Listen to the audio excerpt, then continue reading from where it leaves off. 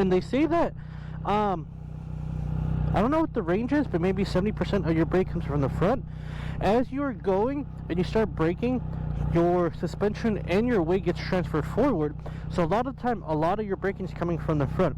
That does not mean that you need to solely rely on your fronts, but when you need to brake in a hard situation, your fronts are going to be primarily used.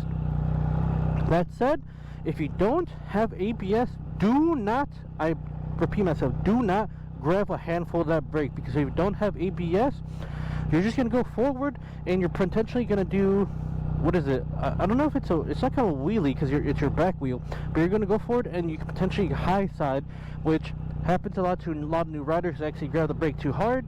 And yeah, let me show you what I mean, because if you do this, and as you can see, oh my god, this, I just hit my gonads, just for you guys. But as you can see, just not even going too fast, the whole bike went to shift forward. So again, practice at slow stopping.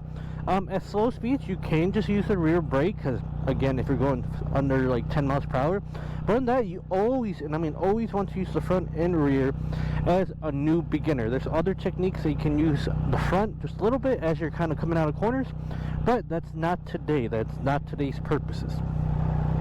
So let's say you got the friction point down every single time. You start getting into it and you can start rolling off. So let's get into first gear and let's start applying some throttle.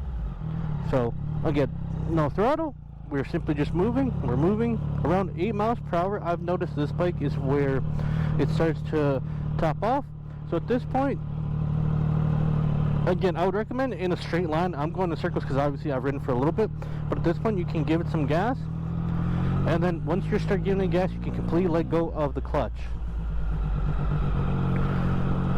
Now, I do need to say, if you do this not correctly, you could dump the clutch and then the bike might stutter a little bit. Or in a different terms, on the opposite side, if you dump the clutch, if you don't dump the clutch but you don't give enough throttle, let's say I'm going, and then, I don't know if you see that there, but the bike stutters because I'm not giving it gas. I'm trying to release the clutch all at once. So let me show you what it looks like if you guys don't give it any gas, you don't let it go into the friction zone, and what happens to the bike. And as you can see, the bike isn't up to speed, it isn't moving. So when you dump the clutch like that, with giving it no gas, no nothing, the bike just shuts off. So again, it's very important to practice that friction zone.